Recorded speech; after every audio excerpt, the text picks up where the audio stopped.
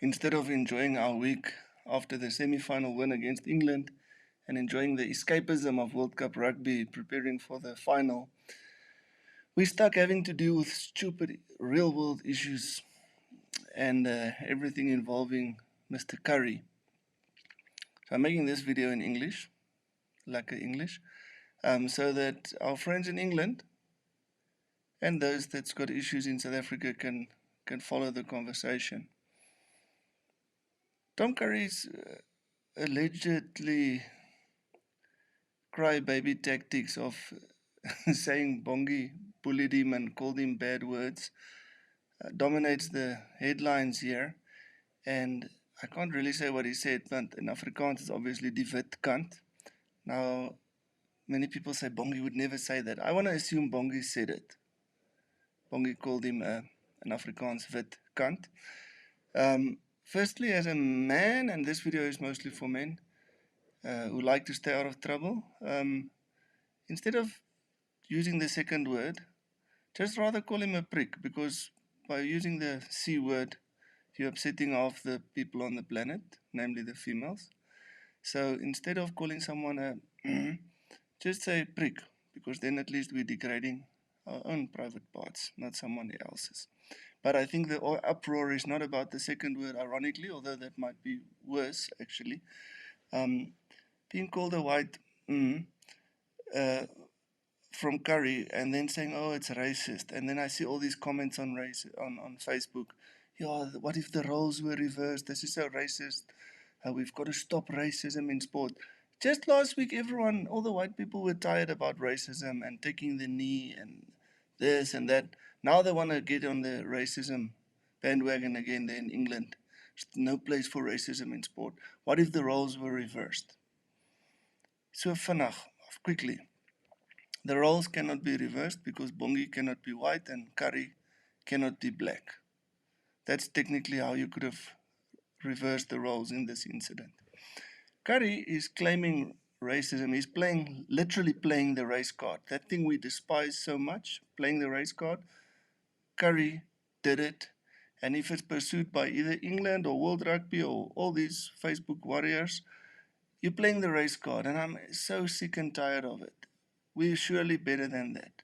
The irony in this one, Mr. Curry, is you're going to walk out of this not just being a white ass or a white whatever, a white prick.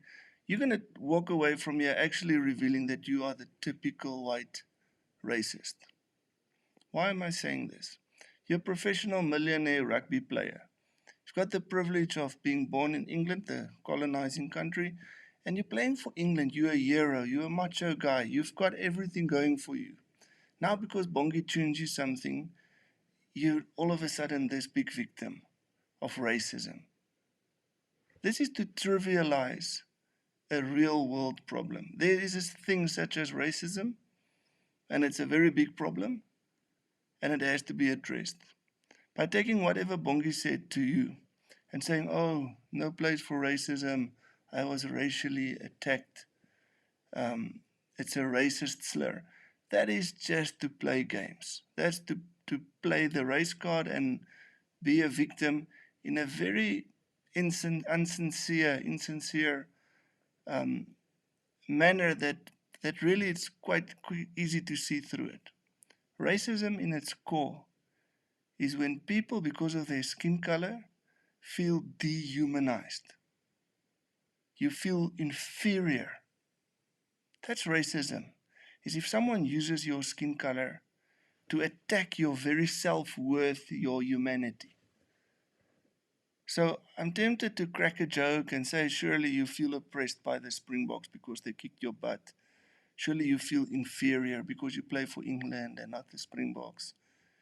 Surely you feel less human because you play for England and not the Springboks. But I'm not going to go down that route. I want to ask Mr. Curry and anyone else claiming racism in this regard, do you think Tom Curry felt threatened in his humanity by that chirp? Because that's what racism does. And if we can be very frank, that's why normally real racism is white superiority looking down, oppressing, degrading black humanity. That's the history of racism. And if you as a white person can really tell me you felt less human, less of a man, because Bongi chirped you, then I really don't know. Then I understand why your team lost. You can claim racism when your humanity is under attack. Did that happen to Tom Curry? No. Him quickly realizing, oh, I'm actually wit kant. That sounds racist. He used color and a bad word, so this must be racism. That just shows you that white people are fragile. They they irritated by real talk about real racism, and now they jump at any chance for reversed racism. That is to trivialize real world oppression, discrimination, and racism. The losers in racism is black people. Tom Curry, would you have preferred to be born as a black baby in Africa? Would you feel more human then? Nee, jou gat. You're happy being white, you're happy being English, you're happy being part of the ex-colonizing Queen's Army, whatever you are.